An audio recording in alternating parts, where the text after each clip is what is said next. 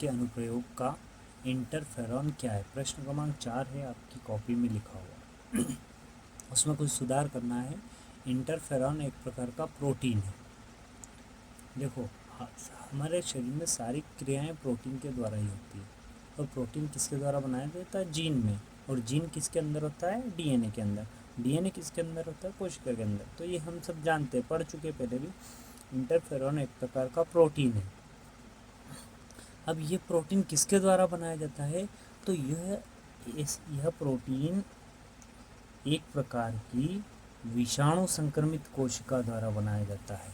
विषाणु संक्रमित कोशिका मतलब जैसे ये एक कोशिका है, इस कोशिका में डीएनए है, हम जानते हैं, केंद्रक भी हैं, ये भी जानते हैं, डीएनए है, केंद्रक हैं। अब इसमें कोई सा विषाणु आ गया, आप कह सकते हैं कि इस तरह का विषाणु आ गया कि यह विषाणु आ गया इसके अंदर, ये अंदर भी चला गया, ये विषाणु आ गया। अब ये विषाणु आने के बाद ये कोशिका है, ये केंद्रक है, इसका डीएनए, और यहाँ पर विषाणु आ गया। तो विषाणु आने के बाद इस कोशिका का सामान्य कार्य यह विषाणु इसको नहीं करने देता। क्यों? क्योंकि ये विषाणु क्या करेगा, यहाँ पर वृद्धि करेगा, बहुत सारे विषाणु बनाएगा। बहुत सारे विषाणु क्या, इसके डीएनए के साथ में अपना डीएनए जोड़कर बहुत सारे विषाणु बनाएगा और इस कोशिका को अपने सामान्य कार्य करने नहीं देगा।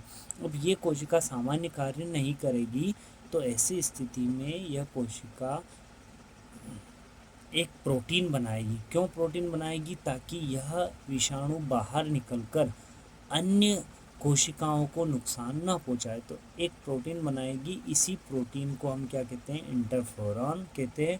और यह प्रोटीन इन विषाणुओं की वृद्धि को रोकने का काम करता है।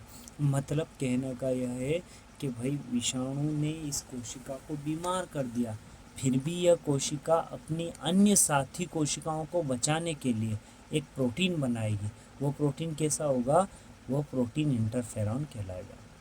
अब इसकी सामान्य परिभाषा हम देखेंगे तो इंटरफेरॉन एक प्रकार का प्रोटीन है जो विषाणु संक्रमित, कैसे? विषाणु संक्रमित कोशिकाओं द्वारा बनाया जाता है, जो विषाणु की वृद्धि को ही रोकता है, मतलब विषाणु को ही मारने का काम करता है।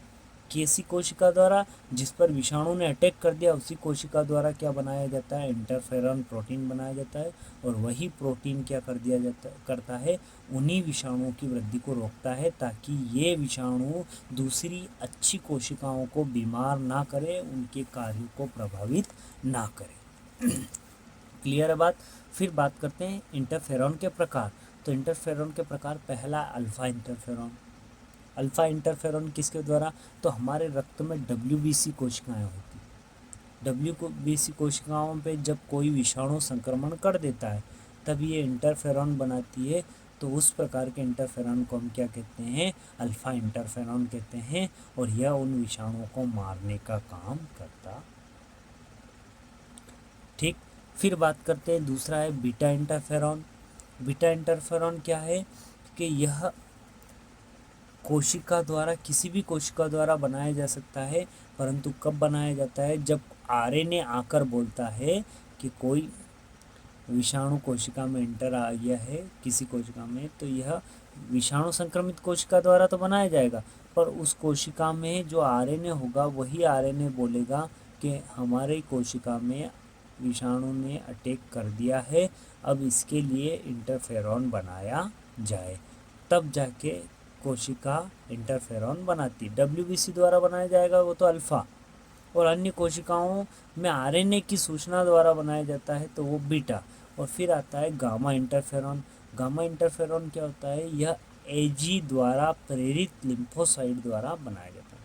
हमारे रक्त में RBC, WBC और एक और प्रकार की कोशिका होती है लिम्फोसाइट।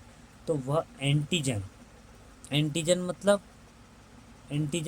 क्या, मैं पहले बता चुका हूँ कि वे बाहरी कारक जो शरीर में एंटीबॉडी निर्माण को प्रेरित करते हैं। एंटीजन वे बाहरी कारक, वो विषाणु हो सकते हैं, जीवाणु हो सकते हैं, या अन्य धूल के कण वगैरह हो सकते हैं।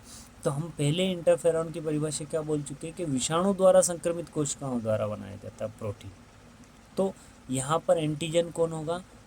विषाणु जब लिम्फोसाइट पर अटैक करता है तब उसके द्वारा जो प्रोटीन इंटरफेरॉन बनाया जाता है वो किस प्रकार का होता है, गामा प्रकार का होता है।